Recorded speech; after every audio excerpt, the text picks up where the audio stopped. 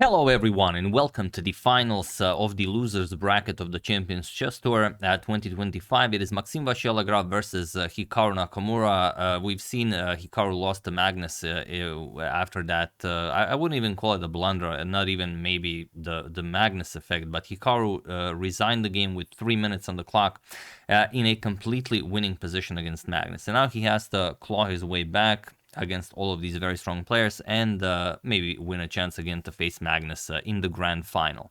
So okay, MVL versus Hikaru, and what I found to be most interesting about this game is that Hikaru uses a line he also used in 2023 against Magnus in the final, and it's a line that you will never see top grandmasters play because it's basically an instant draw, but not really, as when Hikaru employed it against Magnus in 2023, Magnus defeated him with white. So now the question is, can MVL do the same? So let's see what happens. We have pawn to e4, pawn to e5, knight f3, knight to c6, knight to f6, and knight captures on e5. So the classical variation of the Petrov defense, and usually this is met with pawn to d6. This is, if you already played the Petrov, d6 is, let's call it a serious attempt, if you want to call the Petrov a serious attempt. But here, knight captures on e4, and I mean, why wouldn't you? It has been employed in a World Chess Championship match, but now this, this can't really be used to go for something more than a draw, I would say. So okay, queen to e2. The next 50 moves are basically all theory. We have queen to e7, queen captures on e4, a temporary piece sacrifice, and pawn to d6. You win your piece back. If you move it, of course, you lose the queen. So pawn to d4, d captures, we have d captures, and knight to c6. We have knight to c3, queen captures on e5, and we have a trade of queens. Captures, captures, and now knight to b5. There are two main continuations here. One is bishop to f4 to go after the knight. You want to go after the c7 pawn, where black has some very nice options. You can either counter with f6 or bishop to d6. Both are, there are even some traps you could employ in maybe bullet, where if white goes knight b5 now you just go knight f3 check and you pick up the bishop and you have c7 defended. So you can play it. But here, knight to b5 going after c7, we have bishop to b4 with check, pawn to c3, bishop to d2 is by far the most played idea here, but here pawn to c3 and bishop to a5 guarding c7 this way. We have bishop to f4 now, again attacking the knight, putting more pressure on that c7 pawn, and pawn to f6. You can see by Hikaru's time, he spent not even 10 seconds getting this position, so this is all still theory. We have castles queenside and bishop to e6. And here, there are a couple of games where knight to d4 was played, but here we have pawn to b3, and it is now, as of move 14, that we have a completely new game. So okay, we have castles kingside, again, very, very natural idea. We have bishop to e2 and now pawn to a6, chasing away the knight, knight d4, attacking the bishop, and bishop to f7, nicely controlling the knight. So, I mean, it's a beautiful position to play. You don't really have all that much to worry about, and if you can get your bishop pair to be fully operational, then you can maybe even be better. But I think we can agree that white's bishop pair is currently somewhat better than black's bishop pair. Sorry, not bishop to d7, bishop to f7 was played here. Wonder why not bishop to d7, but okay, bishop to f7 was played. We have king to b2, rook f to e8, and rook h to e1, and of course rook a to d8. So nicely putting rooks on open files. The d and e are the only two open files on the board. Bishop to f1, opening up the e file for the rook, and now bishop to b6, making the bishop fully operational. If the knight moves, the f2 pawn will be weak. We have pawn to h3, rook to d7, Hikaru prepares to double up on the d file, and bishop to e3. Countering the bishop, also defending the f2 pawn. We have rook e to d8, and now bishop to e2. If the knight moves, you want to have the d1 rook nicely defended. Pawn to a5, we have pawn to a4, and bishop to c5. We have pawn to f4, kicking away the knight. This is weakening your position a little bit, but the first game ended in a draw. And now either MVL wins this with white, or we go into tie breaks with a faster time format, and then Hikaru will get white again. So if anything, MVL wants to make as much of his position as he can with the white pieces. We have knight to g6 and the bishop to g4, harassing the rook a little bit, rook d6, and now pawn to g3. We have knight to e7 and knight to e6. This is a beautiful move by MVL, as it prevents Hikaru from completely trading down. Even though, yes, you are attacking the knight twice, there's the problem of the rook on d8.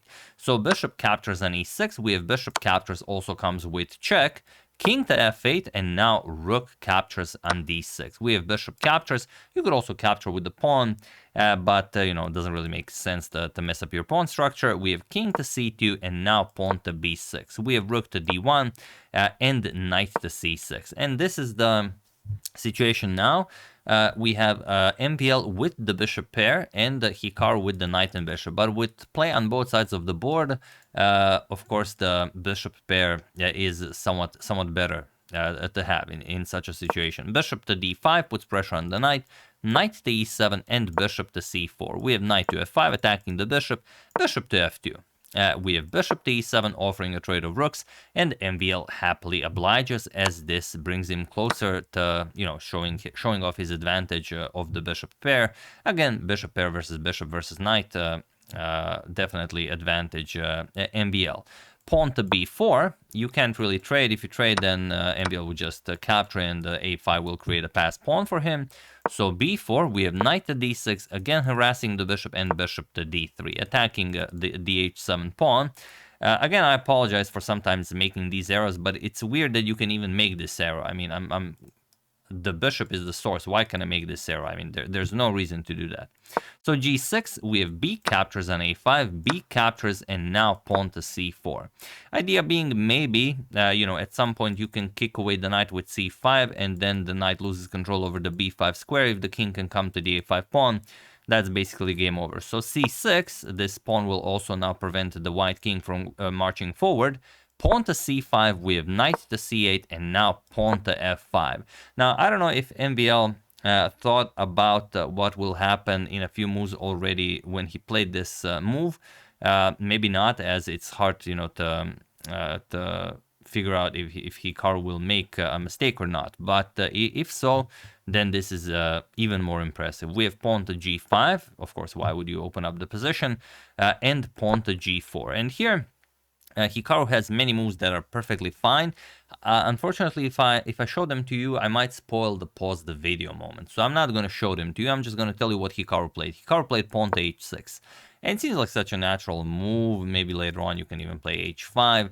If you want to dissect the position, really, you can see that Hikaru has a dark square bishop. All of MVL's pawns are on light squares, aside from that c5 pawn, which is nicely defended. So if the knight can do something, that's fine, but the dark square bishop will not be as useful. And even, you know, defending the base of the pawn chain, yes, you have control of this, but, you know, this pawn can only be defended by the king. And MVL is completely winning here. Maybe I've already said too much. I don't think I have, but MVL is completely winning here. Feel free to pause the video and win the game for MVL, thus getting him all the way to the grand final to face Magnus Carlsen. While I give you a couple of seconds.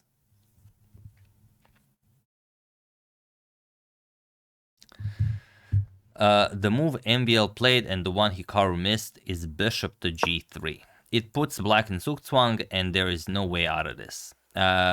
Instead of h6, bishop to c7 would have been a great move for Hikaru, because now there's just no way to activate your pieces. Whatever you play is simply not enough. For example, if you play bishop to e7, you go after this pawn, all of a sudden bishop to a6 attacks the knight. And okay, the knight can move, but you can simply play bishop to c7.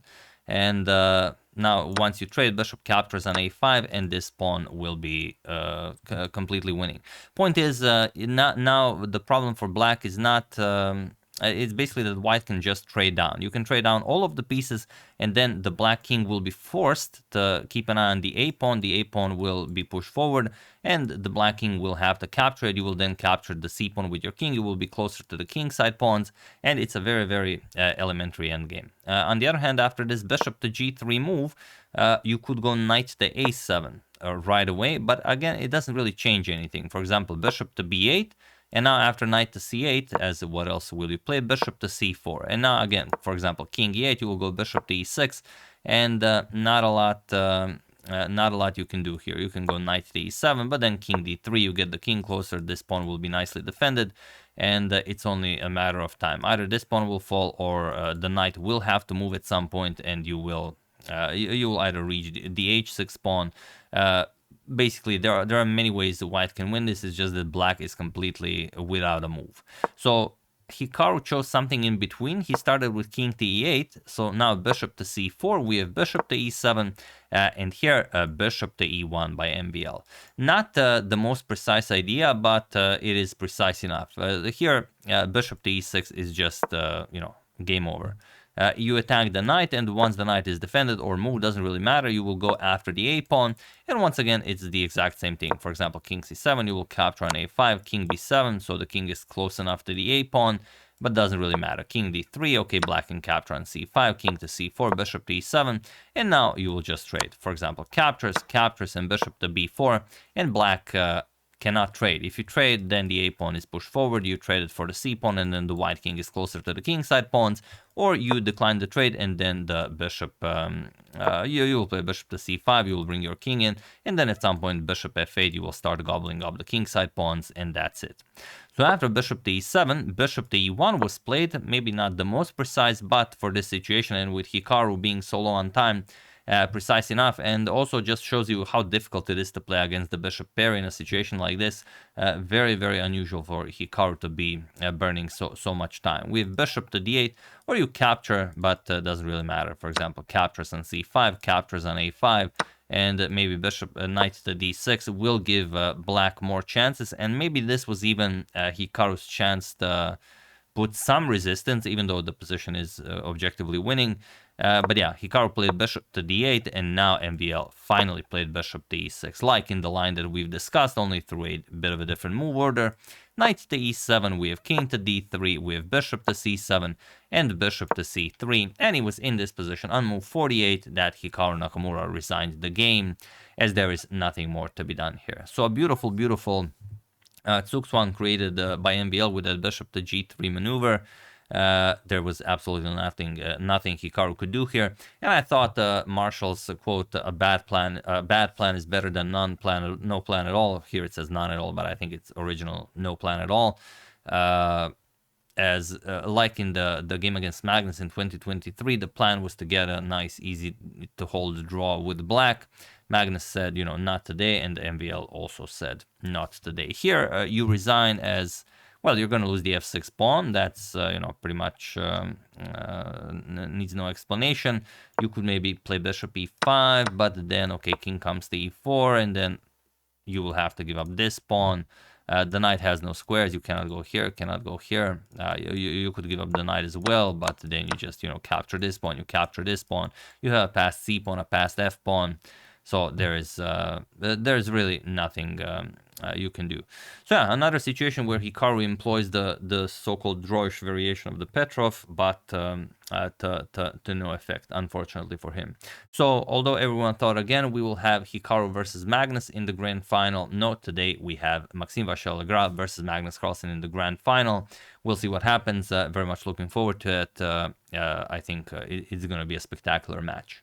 So yeah, that's the game. I hope you guys enjoyed it, and it's I think pretty much every champion in history said it. Kasparov said it many times. If you want to play, if you want a draw, you can't play for a draw. I mean, if you need a draw, you have to play a fighting game, and okay, maybe it will be a draw, but yeah, if you play for a draw, chances are you will lose.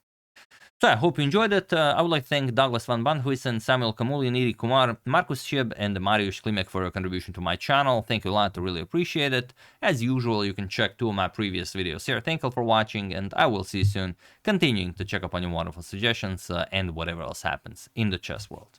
Thank you all, I will see you soon, and have an excellent rest of your day.